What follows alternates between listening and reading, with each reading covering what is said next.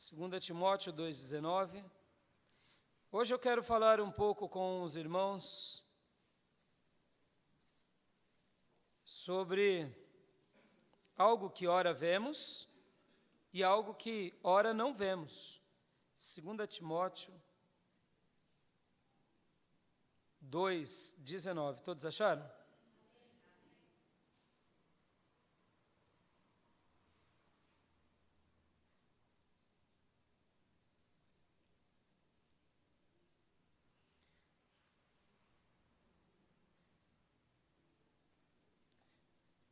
Diz assim a palavra do Senhor: entretanto, o firme fundamento de Deus permanece tendo este selo: o Senhor conhece os que lhe pertencem. Até aí. O Senhor conhece os que lhe pertencem. Glória a Deus. Vamos orar. Amado Deus, soberano e eterno Pai, em nome de Jesus nos consagramos ao Teu dispor nessa hora e te pedimos, Espírito Santo de Deus, venha sobre as nossas vidas, venha sobre a Tua igreja, venha sobre a minha vida, para que, ó Deus, assim eu possa transmitir a Tua palavra ao coração do Teu povo. Te agradeço por esse momento, um momento de instrução do Senhor, um momento onde, mais uma vez, as Tuas pérolas serão compartilhadas e serão dadas a todos os Teus filhos e filhas. Fala ao nosso coração, e tudo que tenta nos atrapalhar nessa noite, nesse dia, de aprender a Tua palavra, e sempre que caia por terra em nome de Jesus. É assim que eu oro e te agradeço. Amém.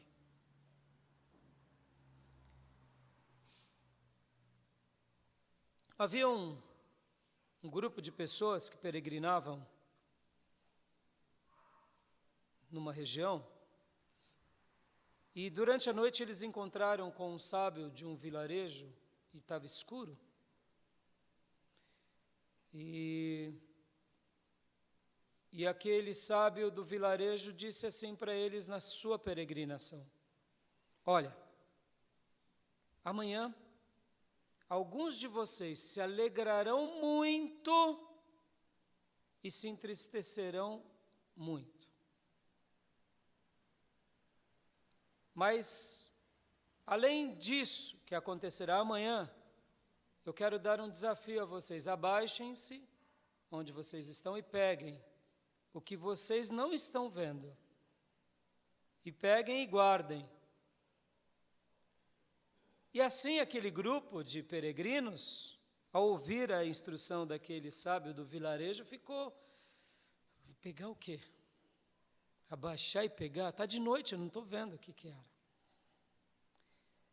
E por que uns vão se alegrar e outros vão se entristecer? O que será que a gente está pegando? Será que alguns vão...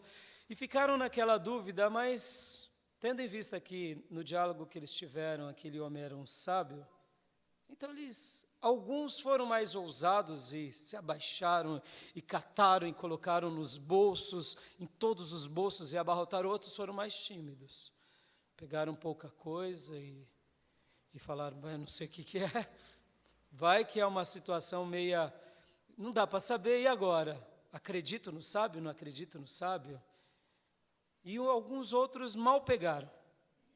Pela manhã, quando eles se despertaram e viram o dia, o alvorecer do dia, eles foram ver o que tinham nos bolsos, que tinham pegado, que tinham guardado, e viram que eram pérolas preciosas. E aí alguns se alegraram, aqueles que tinham enchido o bolso, que alegria, que contentamento. E aqueles que tinham pegado pouco, tá bom, né? E aqueles que tinham pegado pouquinho, puxa vida. E aquelas palavras daquele sábio se cumpriu.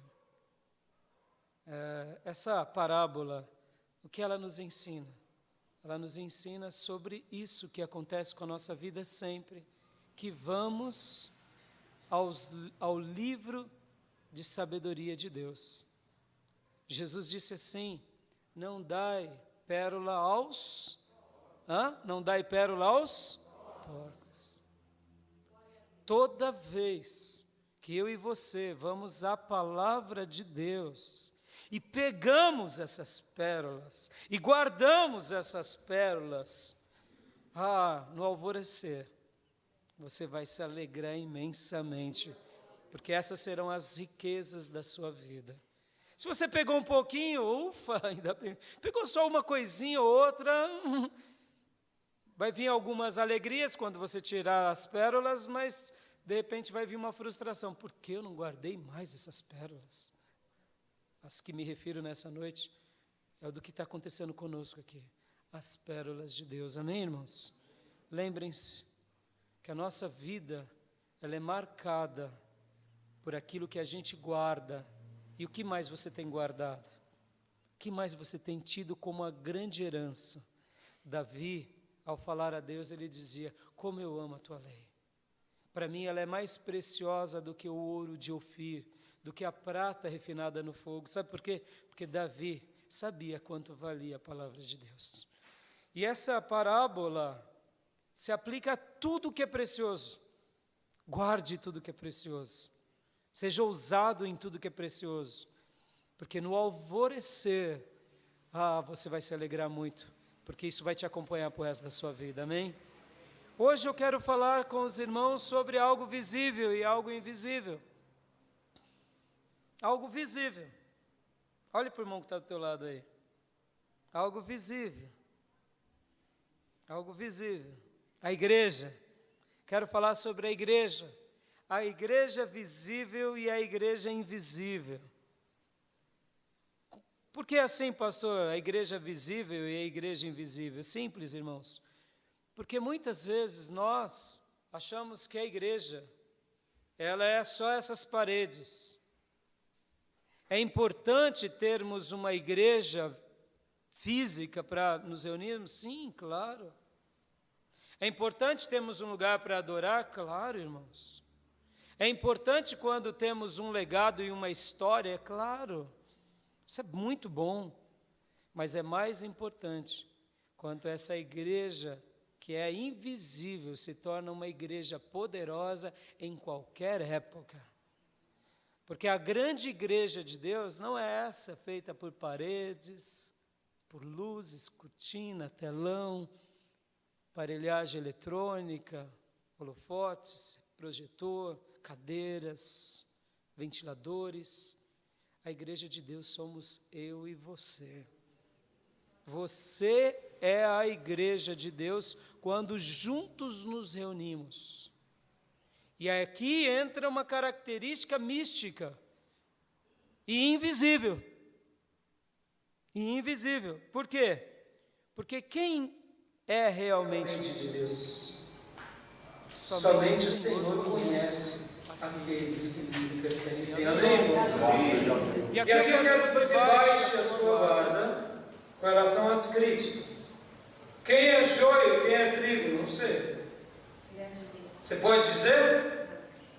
Jesus disse que ninguém pode. Só o Senhor no grande dia do juízo. No entanto, nós podemos nos pontuar por algumas coisas. Isso é importante. A gente pode se pontuar pelos frutos. Porque pelos frutos, disse Jesus, se conhece. O fruto mostra quem realmente é a árvore. O fruto diz quem realmente é aquela árvore. Que árvore que é aquela? Porque o fruto. Então, é óbvio que pelo fruto a gente nota se realmente o irmão está no caminho do Senhor ou se ele não está no caminho do Senhor.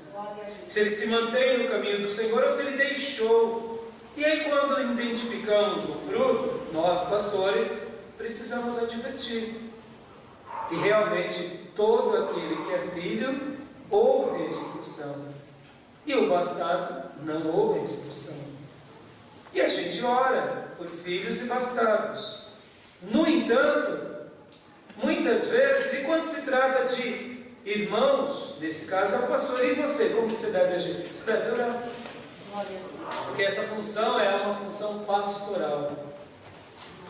É uma função. No máximo que você pode fazer, dependendo do grau de amizade, é orientar, irmão, os seus frutos não estão sendo dignos de um filho de Deus, de uma filha de Deus.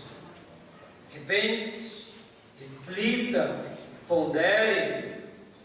Mas antes de você dizer isso para o irmão ou para a irmã, regue ele ou ela de oração. Por quê? Porque, irmãos, hoje podemos estar numa situação melhor. Quem é aqui que já não teve uma oscilação na sua vida espiritual? Quem é? Paulo, escrevendo uma das suas cartas, diz: aquele que pensa estar de pé, julgue para que não caia. Quantas vezes nós nos afirmamos na nossa auto-religiosidade? Isso é perigoso demais. Agora deixe o teu fruto dizer quem é você. E não só o fruto da tua boca, irmão, mas o fruto do teu comportamento. Glória a Deus. Porque palavras mentem, mas o corpo diz. Diz a verdade. Glória a Deus. Deixe o fruto dizer. E lembre-se de que Provérbios diz que os lábios dos outros te louvem, não o teu próprio. Glória a Deus. Que o fruto tenha visibilidade pelo outro. Como é bom estar do teu lado. Como é bom estar com você, quanta paz eu recebo quando você se aproxima de mim. Não é pelo muito que você diz, mas pelo muito que você vive. Ou seja, aleluia. Nessa hora, com humildade e quebrantamento, só glorifica o Senhor. Porque pela graça do Espírito Santo de Deus você está frutificando. Frutificando o quê? Frutificando coisas boas. Como diz a palavra de Deus, fruto do Espírito. Paz, amor, dignidade, bondade, mansidão, temperança, domínio próprio. Contra essas coisas não há lei. Mas se o teu fruto é um fruto da carne, inimizades, contendas, ausência de domínio próprio, então, filho, em nome de Jesus, pondere. Por isso que é interessante essa igreja que é visível, ela também é invisível. Porque ninguém pode prescrutar o nosso coração a não ser Deus. E é por isso que o salmista dizia: sonda-me, ó Deus, e conhece o meu coração. Ó irmãos, lembre-se, ao julgar alguém, tirar o cisco do olho do irmão, que disse Jesus, tire a trave do seu próprio olho. Irmãos, essa autoavaliação ela é uma das coisas mais lindas da nossa vida. Se autoavaliar, se autoenxergar, se autoponderar, se autoexaminar. O único julgamento que a Bíblia nos autoriza, cabalmente, do começo ao fim, é o julgamento próprio. Esse sim. No demais, é a avaliação de fruto, é fiscalização de fruto. E aqui, deixa eu compartilhar uma coisa para os irmãos. Essa é uma das tarefas mais árduas do pastorado. Porque, irmãos, ser fiscal de coisa boa é bom. Ser fiscal de fruto bom é bom demais. Mas ser fiscal de problema é difícil demais. Só que essa é uma das áreas do pastorado. Por quê? Porque foi assim que o Senhor mesmo fez, e Ele nos recomenda. Por isso que ao falar com Pedro, Ele disse: apacentai as minhas ovelhas. E dentro das ovelhas tem os bodes, então é difícil sermos pastores de ovelhas e de bodes. Os bodes muitas vezes é notório, mas e a falsa ovelha? Ou o lobo disfarçado de ovelha? É difícil demais. E ser também, tirando aqui o bode, tirando aqui o lobo, tirando aqui os adversários, mas vamos pôr na perspectiva de ovelhas teimosas e truculentas. É muito difícil. E não pense vocês que não há ovelha teimosa, viu, gente? Não pense vocês que não tem. Na habilidade de um pastor, e isso é fisicamente, existem ovelhas que muitas vezes elas têm um ímpeto, e isso é uma natureza. Quem trabalha com animais sabe disso. Eu estava num treinamento de cães de raça, com o professor Souza, um grande professor, e certa ocasião eu falando com ele, perguntando sobre a questão de adestramento, ele me disse que ele não sabe explicar porque nem todos os cachorros são domesticados. Tem animais, principalmente cães de guarda, que têm um ímpeto. E ele falou assim que ele até brincou, é coisa do cão mesmo, mas do cão não do cachorro, do capeta. Porque de repente você tem um cachorro, que você cuida dele, que você nutre ele, que você ensina ele, é um cão de guarda feroz. E de repente, do nada, ele vem e morde um outro cachorro por pura ruindade. Ele falou, isso é coisa do capeta. E eu falei, mas por que isso acontece? Ele falou, não sei, é coisa do cão. É do cão. E por que eu estou falando isso? Porque muitas vezes nós não entendemos o que acontece. É uma ovelha de Jesus, mas é uma ovelha obstinada de Jesus. E na habilidade do pastoreio, os pastores pegavam o cajado e a vara e davam com força, muitas vezes na perna daquela ovelha. E algumas chegavam a quebrar. Por quê, pastor? Aí, um pastor fez isso com uma ovelhinha? Não, é porque essa ovelhinha, ela é tão arredio, e ela é tão hostil às instruções do pastor e do rebanho, porque é característico isso ser lindo entre o rebanho. Muitas vezes as mais novas aprendem com as mais velhas, isso é uma questão de aprendizado, de disciplina. Mas essa que é hostil, ela já começa a ter uma índole hostil desde cedo. E aí, só vai piorando ao longo dos anos. Me explica, não dá para explicar. E o pastor, então, muitas vezes quebra a perna, coloca uma tala com uma madeira, amarra, e ela fica manca. Aí você fala, pastor, mas isso é um ato de crueldade. Não é um ato de crueldade. Crueldade é o que ela está escolhendo fazer. Crueldade é deixá-la ao curso da sua própria vida. Porque ela fugiu uma vez, fugiu 2 vezes, fugiu 3 vezes. O pastor tem todo um retrabalho. Imagina, irmão, trabalhar como um pastor de ovelha literal já é difícil. Você tem que levá-los aos campos verdejantes, às águas tranquilas.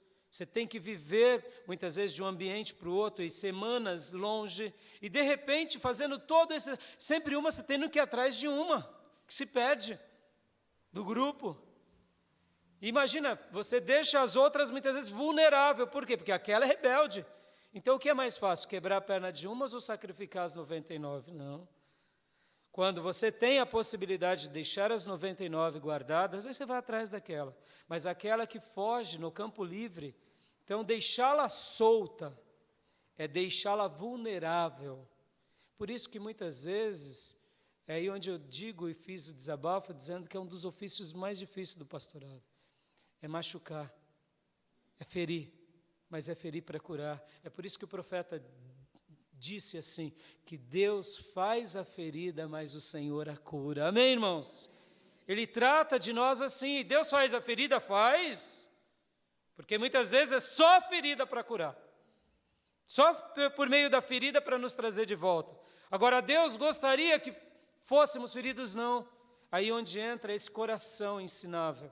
Essa vida disposta a aprender. Essa vida disposta a se avaliar. O Senhor conhece os seus e os seus que lhe pertencem. Olha o que Agostinho diz. Agostinho disse, referindo à igreja visível, muitas ovelhas estão fora. Amém, irmãos? Muitas ovelhas estão perdidas, estão ou não estão? A igreja visível, estão perdidas. Por quê? Porque ainda não foram encontradas. Mas muitos lobos estão dentro. Olha, frase interessante. E aqui chama atenção a nossa compreensão, para que a gente tenha cuidado com aquilo que realmente vem de Deus e com aquilo que realmente não vem de Deus. Muitas ovelhas estão fora. Querido, Jesus disse que a minha ovelha ouve a minha voz, e é por isso que a igreja tem que pregar o Evangelho, falar do amor de Deus, falar das Escrituras, porque tem ovelhas aí como éramos nós um dia, amém, irmãos? E o Evangelho chegou em nós e frutificou, porque somos ovelha de Jesus. Mas muitas vezes muitos lobos estão dentro. Por que um lobo está dentro, muitas vezes, da igreja? Porque aqui tem gordura, tem carne fresca e boa a ser degolada, a ser saqueada. E é por isso que a igreja tem que ser visível no seu comportamento, mas ao mesmo tempo ela é invisível. E por isso que a gente não pode julgar, mas a gente pode pontuar. E sobre esse ponto eu quero trazer aqui uma questão muito interessante, que hoje até pela manhã nós tratamos na classe dos homens. Porque muitas vezes nesse interim de lobos e de falsos profetas, e eu quero até ler um texto de Ezequiel, um texto muito interessante. Ezequiel 13:4 diz assim: os teus profetas, ó Israel, são como raposa entre as ruínas. Raposa entre as ruínas. Aqui é uma denúncia do profeta Ezequiel aos falsos profetas. Um falso profeta, ele é como uma raposa no meio de uma ruína. Em outras palavras, estamos perdidos. Porque ele é sagaz na ruína, entre as ruínas, ele é veloz ali, ele se esconde e ele abate as suas presas e leva para lá. Aqui o texto é uma denúncia. E hoje, enquanto falávamos, enquanto pensávamos, enquanto discorríamos, nosso irmão Tuca, ele até falou assim, mas pastor, e como fazemos muitas vezes, quando, por exemplo, ele fez uma pergunta, e quando tem aqueles falsos profetas que profetizam, como está lá na Bíblia, e enganam todo o povo? Enganam todo o povo. A culpa, porque fica uma dúvida no nosso coração, de quem é a culpa? Parece que o povo foi conduzido ao matadouro, não é? E hoje pela manhã a gente pontuou isso com muita clareza, e eu queria fazer uma síntese daquela questão. Irmãos, um falso profeta, ele sempre vai levar as pessoas para a ruína. Mas as pessoas que vão para a ruína só vão porque elas consentiram com o falso profeta. Guarde isso. Você só será sentenciado no consentimento. Ninguém tem o poder de te persuadir e de te manipular e de te levar como se você fosse uma ameba que não pensava. Fui conduzido ao matadouro. Não, não. Diante de Deus, todos nós precisamos exercitar esse critério. Eu só sou enganado quando eu consinto com a enganação, quando eu permito a enganação. Deixa eu ir com calma aqui. Nos enganar a primeira vez, isso é normal, porque você não vai imaginar que uma pessoa que suba no púlpito, que fala em nome de Deus, que ensina a palavra de Deus, vai te levar para um caminho errado. Então, a primeira vez que alguém te engana é um erro da pessoa, porque caímos numa mentira. Amém? Mas a segunda vez que a mesma pessoa tenta nos enganar, a culpa é nossa. Por quê? Porque nós temos uma reflexão. Eu vi que aquela pessoa já é um falso profeta. O fruto daquela árvore é danosa. E por que eu agora continuo ouvindo? Porque eu continuo obedecendo. Logo, a culpa não é só dele, mas a culpa também é nossa. Por isso, me enganar a primeira vez, ser traído a primeira vez, isso é normal, irmãos. Normal. Não se culpe disso. Porque aquele que vem falando uma mentira, muitas vezes fala tão bem, que é aí onde, muitas vezes, nos deixa iludibriado. Agora, a segunda vez, aí a culpa é nossa. A segunda vez e a terceira. Quantas são as vezes que a gente cai 3, 4, e como se achássemos isso? Não, isso não é normal, irmãos. Eu estou falando isso porque Deus deseja com que a sua igreja, que é visível e que é invisível, seja uma igreja inteligente. Seja uma igreja que esteja olhando comportamentos, olhando atitudes, olhando e fazendo uma leitura de tudo que está ao nosso redor. E é por isso que a Bíblia nos deixa o manual de Deus, para a gente não errar. Por quê? Porque somos povo de Deus. Somos a igreja de Jesus. Somos o corpo de Jesus na terra. Irmãos, temos muito a perder quando a gente realmente não dá ouvido aos ensinos de Deus. E temos muito a ganhar quando a gente guarda todas as pérolas que Deus nos ensina. Por isso, é claro, aqui não estou dizendo de coisas, eu estou dizendo de coisas sérias, irmãos. Eu estou dizendo de coisas realmente relevantes. E por que geralmente um falso profeta, ele tem uma aceitação maior no coração das pessoas? É simples. Porque um falso profeta nunca vai contrariar as pessoas. Ela nunca vai fiscalizar com lealdade. Ela vai pegar tudo que é refúgio, tudo que é estragado e falar, não, é bênção, pode passar, continua assim. Porque ele tem um desejo de popularidade. Olha que interessante. E aqui se assemelha muito à perspectiva política. Um político, pode ver, ele tende a ter o que? A sua demanda popular. Então, muitas vezes, ele está fazendo vista grossa de muitos... Não, é vista grossa, deixa passar, porque o que importa é o apelo de todos, ou da maioria, para que ele se reeleja de novo. E é por isso que a política aí se tornou tão feia nos nossos dias, tão vil nos nossos dias, e tão deplorável, porque essa é a má política. O falso profeta, ele bajula, ele agrada, ele vê algo errado e fala, não é politicamente errado corrigir, é politicamente errado, eu não posso corrigir. E não posso advertir, eu não posso pontuar, não, eu tenho que falar o que as pessoas querem ouvir. Nos dias dos profetas acontecia isso mesmo. Chegavam os reis vivendo em pecado e falavam assim, profetiza algo bom da parte de Deus. E aí os profetas que viviam ali sendo servidos por esses reis, falavam, não, rei, pode ir para a guerra, rei, a vitória é tua. Pode fazer o que o senhor quiser, rei, porque Deus está contigo. É interessante isso. E me faz lembrar a vida do profeta Micaías. Josafá faz uma aliança com Acabe. Josafá, tolo Josafá, com todo respeito à expressão. Josafá estava vendo que Acabe não era de Deus, que Acabe era conduzido por Jezabel, que Acabe fazia coisas que não eram... E Josafá se alia. E aí Josafá e Acabe juntos... Josafá era piedoso, lendo o texto sagrado, era rei de Judá. Acabe, rei de Israel, do norte, da tribo do norte. Josafá da tribo do sul. Josafá chega para Acabe e diz, há algum profeta da parte do Senhor? Tem aqui alguns. Não, eu quero profeta mesmo. Tem um aí chamado Micaías, mas ele não tem jeito. Por quê? Porque ele só fala o que eu não gosto, que eu não quero. Aí Josafá, então vamos chamar Micaías.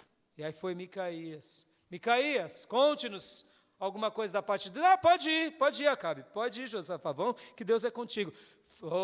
Aquele foi irônico, Micaías. Micaías, fala o que é da parte de Deus. Aí Micaías falou, fazendo já denúncia, porque já era várias vezes. Nota, irmãos, o falso profeta, ele tem falsos seguidores de Deus, que aderem aos critérios deles.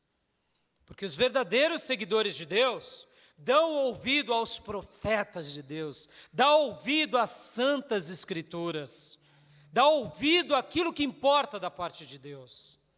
Mas os falsos profetas querem sempre ser bajulados. Por quê? Porque o que importa é o que eu quero, é o que eu gosto, é o meu ego, é o culto da minha divindade chamada eu. E aí, então, Micaías vai e faz a denúncia e fala, e de fato aconteceu. E aí, quando ele fez isso tudo, aí Acabe diz, está vendo, eu não te disse que esse daí só tem uma coisa ruim? Irmãos, quem disse que as coisas ruins são as piores coisas? Pelo contrário, irmãos, as coisas ruins, muitas vezes, que vêm para nós, são as pérolas de Deus para a nossa vida. A igreja de Deus tem muito a perder, quando nós só olhamos para aquilo que queremos ouvir, quando nós só escutamos as coisas que são boas para nós. Queridos, nós precisamos das coisas boas, sim, e Deus tem coisas boas para você e para mim? Claro que tem! Deus vai te dar o pão de cada dia, a água de cada dia, a comida de cada dia, as vestes de cada dia. Assim como Ele cuidou dos pastos, Ele vai cuidar de nós em nome de Jesus. Ele vai prosperar o nosso trabalho, Ele vai cuidar da nossa família, a nossa casa será uma bênção. Nós frutificaremos na estação certa como uma árvore frutífera. Amém, irmãos? Deus tem muitas bênçãos para nós. Mas não fique sendo conduzido apenas por coisas que te agradam, senão você nunca vai aprender nos critérios de Deus. Nós temos muito a perder. Por quê? Porque a igreja, ela é o corpo de Jesus Cristo na terra. E eu quero agora falar com os irmãos sobre isso. A igreja, ela é o corpo de Jesus na terra. Ela representa o corpo de Jesus Cristo nessa terra. Eu e você, queridos, somos a família de Deus. A igreja, essa igreja visível e invisível, quando eu realmente me ajusto aos valores de Deus, eu passo a ser a família de Deus. Eu passo a ser parte dessa família amada, dessa família querida, dessa família que é a família não minha, não sua, mas é a família de Deus. Lá em 1 Timóteo 5, 1, 2 está escrito assim: não repreendas ao homem idoso, antes exorta-o como pai, aos moços como irmãos, às mulheres idosas como mãe, às moças como irmãs, com toda a pureza. Em outras palavras, a igreja é essa família de Deus. A igreja é a casa de Deus. A igreja é o lugar onde nós nos aproximamos do Senhor. Ó, amado irmão, zele pela igreja, ame a igreja, lute pela igreja, milite pela igreja. Se um dia Deus nos pôs, é porque Ele conta conosco. Porque quando Ele nos vê, Ele não nos vê apenas como mais um, Ele nos vê como a sua família. E uma outra figura de linguagem linda da parte do Senhor a nós é que Deus nos vê como noivas. Você é noiva de Jesus, irmão. Você é a noiva de Jesus e eu sou a noiva de Jesus. A palavra de Deus também vai dizer que nós somos como ramos de uma videira. Ramos de uma videira que crescemos e frutificamos. E o Senhor vem sempre sobre nós e nos poda, para que possamos produzir mais frutos. Mas o ramo que não produz fruto, ele corta e lança ao fogo. Notem como o Senhor, aqui nesse caso, Ele pode cortar. Nós não podemos cortar, quem corta é o Senhor. Mas a gente pode avisar a esse ramo: você não está mais frutificando o fruto do Espírito. Você não está mais frutificando como uma noiva do Senhor. Cuidado da sua alma, cuidado.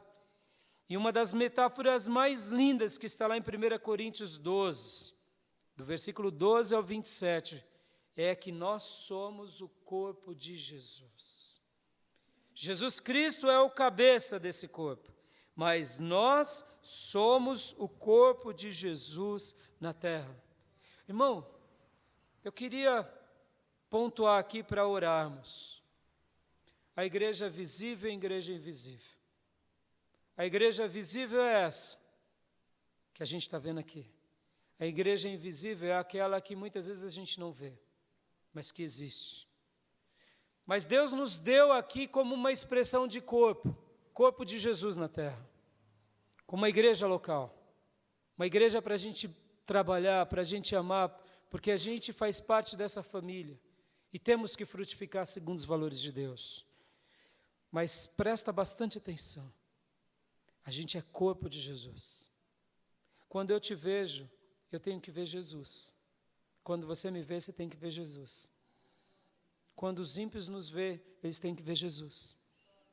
Qual outra alternativa, pastor? Não há.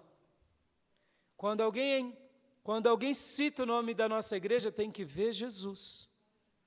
É assim. Esse é o desejo de Deus. Porque tudo isso que foge a isso, não é a vontade de Deus. Jesus, Ele é o cabeça, nós somos o corpo. Em outras palavras, é como se a igreja, em qualquer geração, ela fosse a encarnação de Jesus na terra. Olha que privilégio. Eu e você representamos Jesus na terra. Coisa fantástica, irmãos. Eu e você representamos e levamos o nome de Jesus. Dias atrás, chegou para mim um obreiro com muito quebrantamento e falou: pastor, eu estou passando algumas atribulações na minha vida, algumas atribulações no meu emprego. Eu não estou conseguindo, pastor, servir na igreja como eu deveria. Deixa eu resolver as minhas questões para depois eu voltar a trabalhar com mais ímpeto naquilo que eu faço na igreja. Eu falei: glória a Deus, filho. Mas enquanto ele falava, ele dizia assim: sabe por quê, pastor? Porque eu tenho temor. Eu sou um filho de Deus. Eu tenho uma família. E eu zelo pelo nome da igreja. Aí, irmãos, como é doce ouvir isso. O que o irmão estava pedindo é o seguinte: olha, pastor, eu estou numa empreitada tão delicada que eu estou todo confuso e eu preciso zelar mais de mim. Eu não quero que ninguém diga algo ruim, nem de mim, nem da minha família, nem da igreja, porque eu carrego esse nome aonde eu vou. Dentro do meu coração eu disse: parabéns, filho, parabéns, porque você está entendendo o que é o corpo de Jesus. Oh, irmãos, somos corpo de Jesus, não merecemos isso. Aonde você vai é um dedinho de Jesus indo, é um princípio de Jesus indo, é uma ideia de Jesus indo, fazendo, realizando. É Jesus pela tua vida, porque você é a igreja visível e a igreja invisível. A gente carrega pérolas preciosas e muitas vezes, se essa pérola está nos porcos, ai meu Deus, a gente está se vulgarizando. Se essa pérola está no nariz de um porco, o que ela representa? Não representa nada no nariz de um porco, na boca de um porco. Por isso Jesus disse: não deem pérola aos porcos, porque porco vai se enlamaçar todo, vai sujar as pérolas. E aliás, quem vê um porco não vai ver a pérola, porque está tudo suja. Quantos são aqueles, irmãos, que têm feito do nome da igreja vil, o nome da igreja, e aqui é a igreja de Cristo. Por isso que nessa noite eu quero que você resgate esse zelo, porque Deus te comprou com precioso sangue, te deu uma família chamada Igreja Local, Igreja Batista Missionária em Ferraz de Vasconcelos. Você leva esse nome para onde você for, para a posteridade. Como que as pérolas de Jesus têm sido manifestas na tua vida? Tem sido, ou quando as pessoas veem, não veem as pérolas, porque vê um monte de lama, um monte de sujeira. Eu queria concluir com isso: você é corpo de Jesus. Ele é a cabeça, nós somos o corpo. E é claro que o corpo de Jesus é muito maior do que a nossa igreja local. Inclui todos os demais crentes lavados e remidos no sangue do Cordeiro. Mas e a nossa responsabilidade, pastor? Aqui, começa aqui. Aqui. Pastor, o senhor pode arbitrar em outra igreja? Não posso. Por quê? Porque lá tem outro pastor, tem outra igreja, e lá é outra autoridade. Mas dessa daqui a gente pode fazer o melhor de Deus para nós. Amém, irmãos? Pastor, e aí? Aí que se a gente fizer a nossa melhor parte e glorificar ao nosso Jesus, Ele vai perpetuar as nossas obras e a gente vai glorificá-lo muito e o nome dEle vai ser engrandecido. Querido irmão, lembre-se disso. Há um poder do Espírito Santo no bom testemunho. Toda vez que você dá um bom testemunho como cristão, e aqui eu não estou querendo levar o nome da igreja só, irmãos, mas é importante, porque um dia Deus nos fez ser uma igreja local. Mas sobre o nome da igreja tem um nome, qual? De cristão, que significa pequenos cristos. Amém, irmãos? E esse você não pode negar jamais. Presta bastante atenção. Toda vez que damos um bom testemunho, toda vez que deixamos uma marca positiva, o Espírito Santo de Deus ratificará esse ato na tua vida e na vida daqueles que serão os futuros discípulos de Jesus. Por quê? Porque todo bom testemunho tem o toque de Deus. Todo bom testemunho tem algo da parte do Senhor. Por quê? Porque todo bom testemunho é algo que realmente o Espírito Santo de Deus está trabalhando. E faz com que aqueles que realmente são ovelhas de Jesus sejam atraídos. Então, em todo bom testemunho há um poder de Deus naquilo. e em todo mau testemunho. Guarda isso. Guarda isso. Isso é um insight de Deus para nós. Em todo mau testemunho tem o poder das trevas. Porque quem é que é homenageado no mau testemunho? O diabo. Pode ver, irmãos.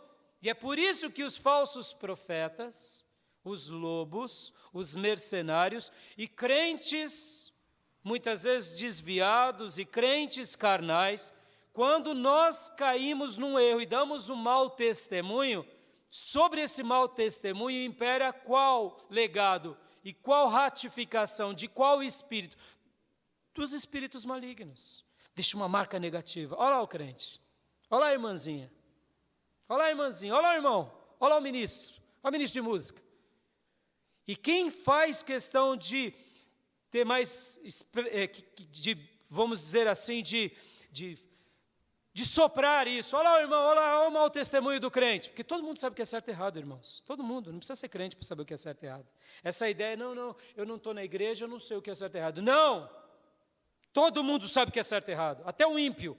O pior deles fala assim, você não é crente? Você não sabe o que é... Você não sabe que isso é pecado? Ele sabe o que é pecado. A clareza do bem e do mal todos têm. Então dizer que, não, eu não sabia. Não, isso é mentira. Isso é mentira. É uma mente viciada ao erro. Até o ímpio sabe. Ô irmã, não pode ficar beijando os meninos da igreja não, porque você não é crente. Ô rapaz, por que você está beijando as moças? Ô fulano, você não é casado? Por que está olhando aí para, né? E começa. As pessoas nos advertem, porque elas sabem o que é certo e errado. Então, em todo mau testemunho tem um espírito maligno que avoluma aquilo e que conduz aquele, ora numa possessão, ora numa opressão. Guarda isso, irmão. No bom testemunho você tem o selo do Espírito Santo. No mau testemunho você tem o selo do inimigo. Lembre-se que somos a igreja de Deus e precisamos escolher o que queremos mais homenagear. Se é o corpo de Cristo ou se não é. Pode ver, irmãos, que no mau testemunho, quem se escandaliza, e por isso que Jesus disse, ai daqueles que se fizerem uma desses pequeninos se escandalizarem. Seria melhor amarrar uma pedra de moinho no pescoço, que é uma pedra grande, gigante, e ser lançado no fundo do mar. Porque quem dá o mau testemunho está dando na força do diabo. Agora, pastor, então quer dizer que a gente não pode errar? Não, filho, claro que nós erraremos, mas é nisso que você pode interromper o mau testemunho. Como que interrompemos o mau testemunho? Pedindo perdão, retratando com quem ofendemos e dizendo, olha, me perdoa, me perdoa, me perdoa. Minha culpa, minha máxima culpa. Me perdoa pelo que eu fiz, me perdoa pelo que eu disse, me perdoa porque eu te ofendi, me perdoa, me perdoa. E no momento que fazemos isso, aplacamos a ira de Deus sobre nós e podemos nem aplacar a indignação ou a ira da pessoa. Que de repente ela está tão nervosa conosco que pode ser que não nos perdoe, mas pelo menos a ira de Deus não virá mais sobre nós. Por quê? Porque todo ato de condenação só recai sobre aquele que não se arrepende. Mas ao arrependido, Deus estende a sua mão. E mais cedo ou mais tarde, essa pessoa ela vai cair em si e vai falar, não, ele errou, ele é ser humano. E é por essa razão, irmãos, lembrem disso, o mau testemunho, ele é consolidado por alguém que continua dando mau testemunho e é indiferente para com aqueles que ele pratica mal. E notem, irmãos, olha só, uma pessoa que se escandalizou conosco, ela primeiro se escandaliza conosco, depois ela se escandaliza com a igreja e depois, em última escalada, com Deus. Pode ver, não é assim? Eu ser crente e ir naquela igreja, de jeito nenhum. Lá tem um irmão, uma irmã, eu tenho um pastor, eu tenho um missionário, eu tenho um obreiro que me fez tal coisa. Eu não ponho o pé na igreja, com coisa que a igreja de Deus tem culpa. E você não vai ser viado, não, eu estou cansado desse negócio de crente, não resolve muito não. Sim, a pessoa que teve um mau testemunho, em última escala, ela se levanta contra Deus. E é por isso que eu digo que em todo mau testemunho tem o espírito das trevas. Em todo bom testemunho tem o Espírito Santo de Deus. Amém, irmãos? E é por essa razão que nós somos o corpo de Jesus nessa terra e nós precisamos, em nome de Jesus, deixar uma marca poderosa onde formos. Eu quero te dizer, você que foi lavado e remido no sangue do Cordeiro, ame a igreja de Deus. Ame a obra de Deus. Faça tudo para defender a igreja que Deus te pôs e a igreja que Deus te inseriu no mundo espiritual, que é a igreja de Cristo. E lute por isso e deixe os frutos de Deus serem manifestos, porque o Senhor conhece todos os que lhe pertencem, e para a glória do nome dEle, a gente vai alcançar muitas ovelhas dEle. Amém, irmãos? Eu quero orar com os irmãos em nome de Jesus. Feche seus olhos, curva a sua cabeça, em nome de Jesus. Amado Pai, entrego essa mensagem à Tua igreja, e peço, ó Pai, ajuda-nos a darmos um bom testemunho,